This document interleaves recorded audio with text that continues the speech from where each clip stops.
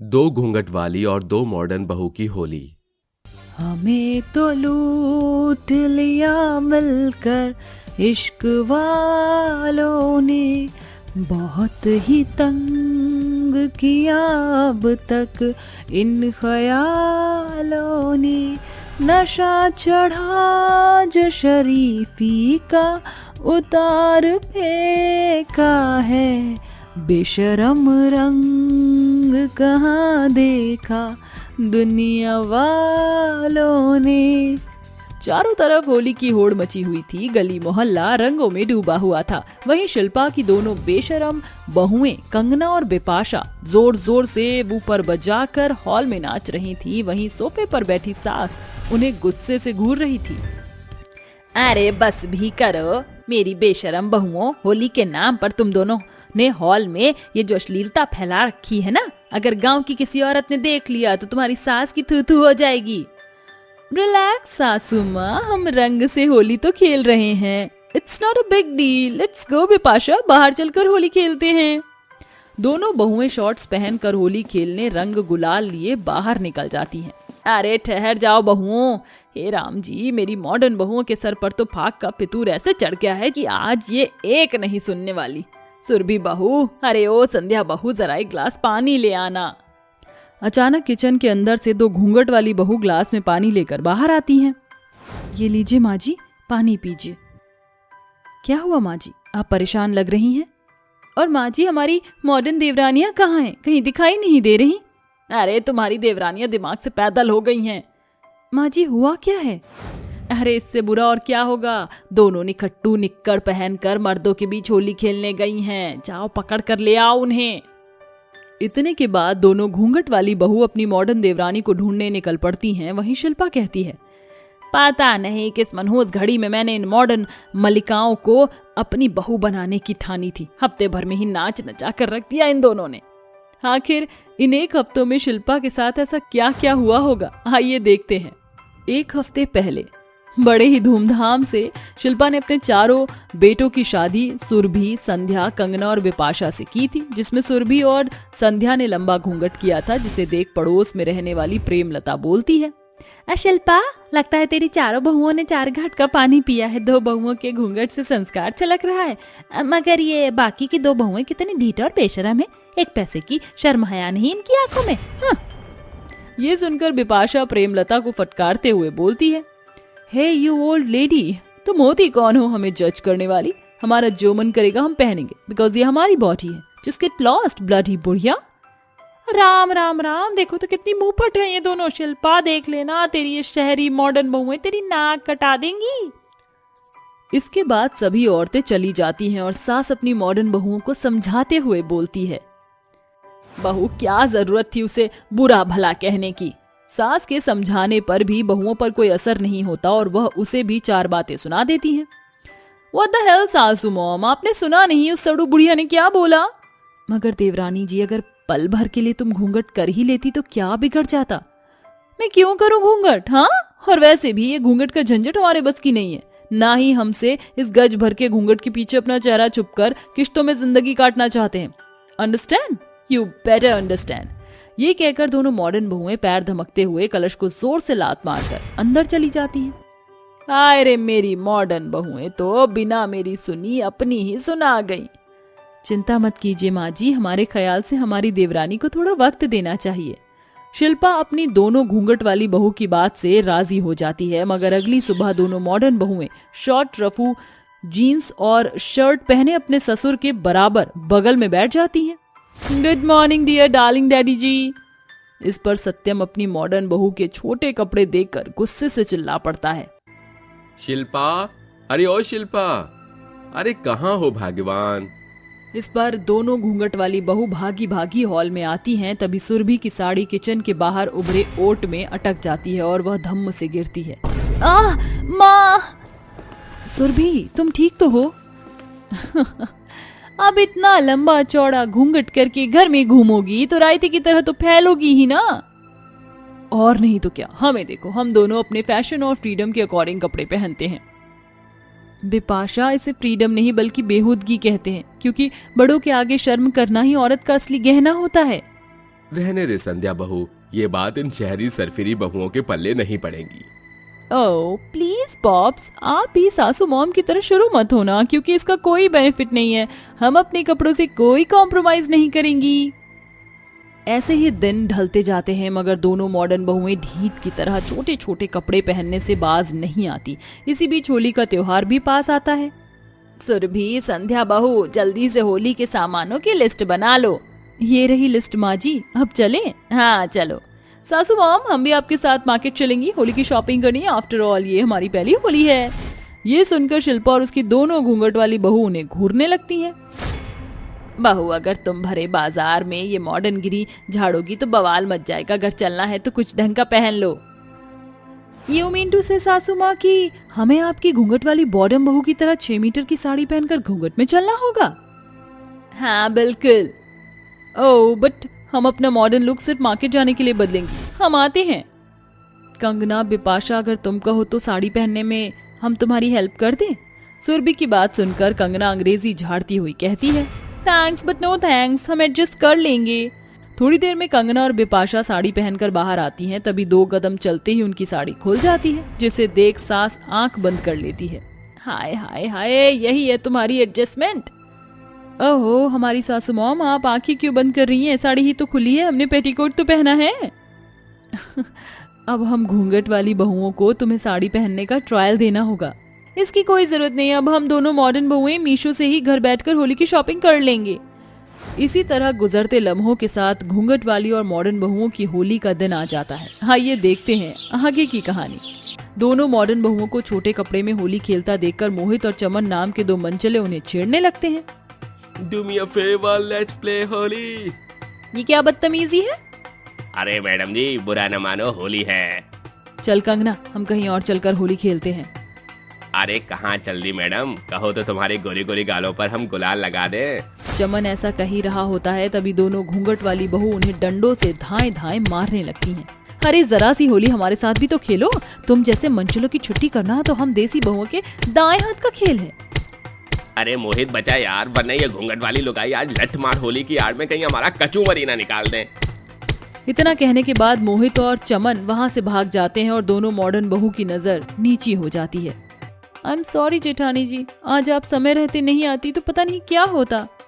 कंगना, बिपाशा, जानती हो इंसान को उसका पहनावा उसे मॉडर्न नहीं बनाता, बल्कि उसकी सोच उसे मॉडर्न बनाती है। तुम्हारे लिए ये घूंघट घुटन है, मगर हम दोनों के लिए ये प्रोटेक्शन है। इंसान को जैसा देश हो वैसा ही भेष रखना चाहिए, समझे? आप सही कह रही हैं जेठानी जी। अगले ही पल दोनों मॉडर्न बहुएं सुंदर सी साड़ी पहनकर तैयार होकर अपनी घूंघट वाली जेठानियों के साथ जमकर होली खेलती हैं। उस वक्त ना बहुओं के बीच घूंघट की आड़ थी, न छोटे कपड़ों की तकरार थी, जिसे देख शिल्पा भी खुशी से भर उठी थी। अरे बेटा, बस आते ही होंगे। तुम तो जानती ही हो तुम्हारे पिताजी फेरी लगाने गए हैं। पिताजी ने मुझसे वादा किया था कि वो मेरे लिए बड़ी वाली पिचकारी लाकर देंगे। अगर आज पिताजी मेरे लिए बड़ी वाली पिचकारी नहीं लेकर आए तो मैं उनसे बात ही नहीं करूंगी। ओहो मेरी प्यारी राजकुमारी, ऐसे अपने माता पिता से नाराज नहीं होते। तुम तो जानती ही हो अभी हमारे कितने कष्ट भरे दिन चल रहे हैं। जैसे ही तुम्हारे पिता का हाथ ठीक हो जाएगा, मैं तुम्हें एक अच्छी सी पिचकारी लाकर दूंगी। अरे लाकर कब देंगे? जब होली निकल जाएगी तब। मेरे सभी फ्रेंड्स अपनी अपनी पिचकारी उसे खेलते रहते हैं और मैं उनका मुंह ताकती हूँ। क्या आपको ये नहीं दिखाई देता? अरे बिटिया, इतनी समझदार होने के बाद तुम इतनी जिद क्यों कर रही हो? अपनी जिद छोड़ो। देखो अभी तक तो मैंने खाना भी नहीं बनाया है, तुम्हारे पिताजी के आने का इंतजार कर रही हूँ।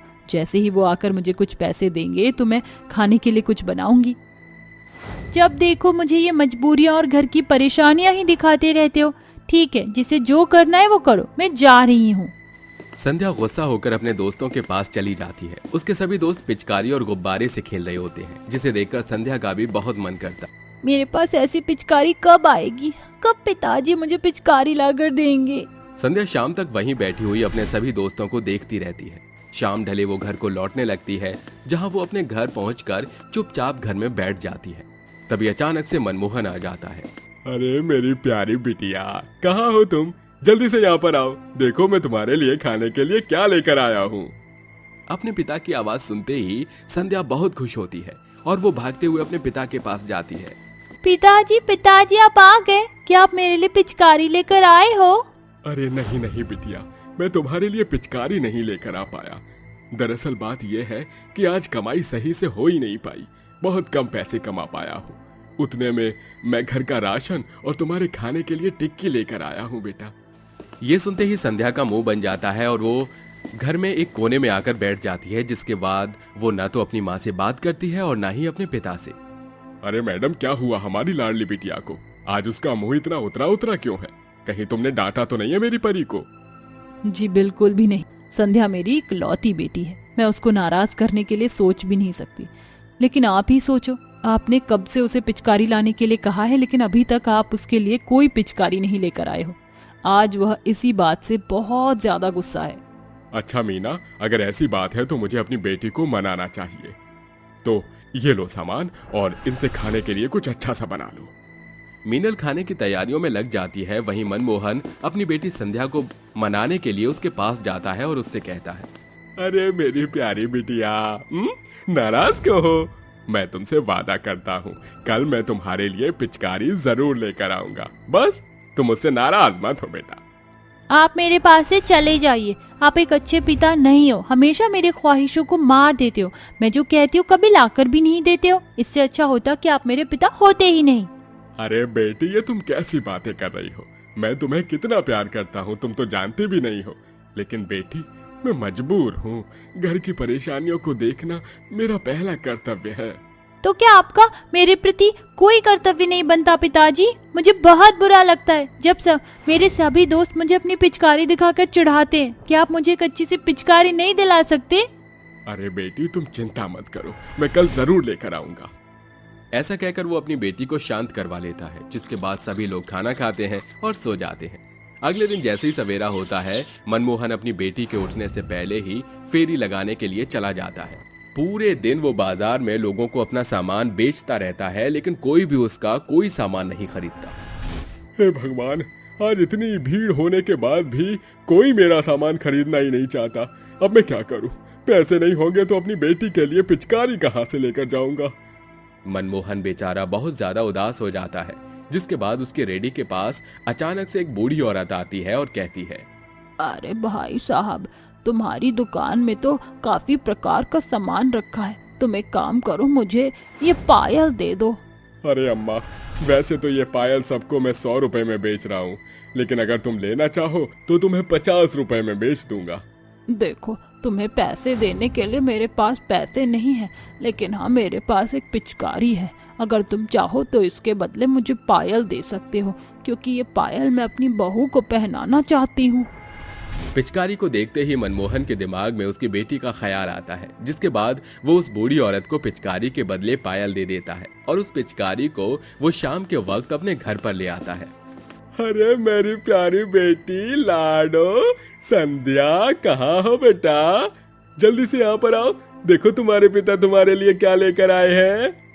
मनमोहन के चिल्लाने पर उसकी बेटी संध्या भागते हुए उसके पास आती है और उससे कहती है, दिखाओ पिताजी, आप मेरे लिए क्या लेकर आए हो। मनमोहन अपनी बेटी संध्या को एक पिचकारी देता है, जिसे देखकर संध्या बहुत खुश होती है। अरे वाह, क्या बात है, पिचकारी तो कमाल की है। इसका रंग कितना खूबसूरत है। पिताजी, आपका बहुत बहुत शुक्रिया। जाओ बेटी, अब तुम इस पिचकारी से जितना चाहे उतना खेल सकती हो। मनमोहन के बराबर में ही एक पानी की बाल्टी रखी थी। संध्या तुरंत ही अपनी पिचकारी उसके अंदर डालती है और पिचकारी के पंप से पिचकारी के अंदर पानी खींच लेती है, जिसके बाद वो अपने पिता मनमोहन के ऊपर ही पिचकारी चला देती है। लेकिन पिचकारी के अंदर से पानी की जगह सोना, चांदी, हीरे निकलने लगते हैं, जिसे देखते ही मनमोहन हैरान रह जाता है। अरे अरे अरे बाप रे, जरा देखो तो सही। अरे इस पिचकारी के अंदर से इतना सारा सोना, चांदी, हीरे, अरे ये कैसे निकल रहे हैं? आखिर ये कैसे मुमकिन हो सकता है? मनमोहन को अपनी आंखों पर विश्वास नहीं होता। वो अपनी बेटी के हाथों से पिचकारी ले लेता है, जिसके बाद वो खुद भी उस पिचकारी में पानी भरकर उसे चलाता है। उसके चलाने पर भी उस पिचकारी के अंदर से सोना, चांदी और हीरे निकलने लगते हैं, जिसके बाद मनमोहन फूला नहीं समाता और वो अपनी पत्नी मीनल को चिल्लाते हुए बुलाता है। अरे मीनल, ओ मीनल, अरे कहाँ हो तुम? अरे जल्दी से यहाँ आओ, देखो तो सही भगवान, ये भगवान का करिश्मा। तभी मीनल आती है, जिसके आते ही मनमोहन उसे जादुई पिचकारी चला कर दिखाता है। अजी मैं कोई सपना तो नहीं देख रही हूँ, आखिर ये कैसे हो सकता है? हे भगवान, मुझे तो अपनी आंखों पर यकीन ही नहीं होता। एक मामूली सी पिचकारी के अंदर से सोना, चांदी और नोट निकल रहे हैं। अरे हाँ मीनल, तुमने सही कहा, लेकिन ये हकीकत है। अब हमारी सारी परेशानियां खत्म हो जाएंगी। मोहन जादुई पिचकारी के अंदर से निकले सोने, चांदी और हीरों को इकट्ठा करके अपने घर की अलमारी में रख देता है, जिसके बाद वो उनसे थोड़ा सोना, चांदी और हीरे सुनार की दुकान पर बेच देता है। सुनार उसे उसके बदले खूब सारे पैसे दे देता है, जिससे मोहन अपना खुद का एक बिजनेस खोलता है और अपने लिए मकान भी बनवाता है। वहीं दूसरी तरफ वो अपनी बेटी के लिए शहर से सबसे महंगी वाली पिचकारी भी लाता है। जादुई पिचकारी की मदद से उसकी सभी परेशानी दूर हो जाती हैं और वो अब अपने परिवार के साथ खुशी खुशी रहने लगता है।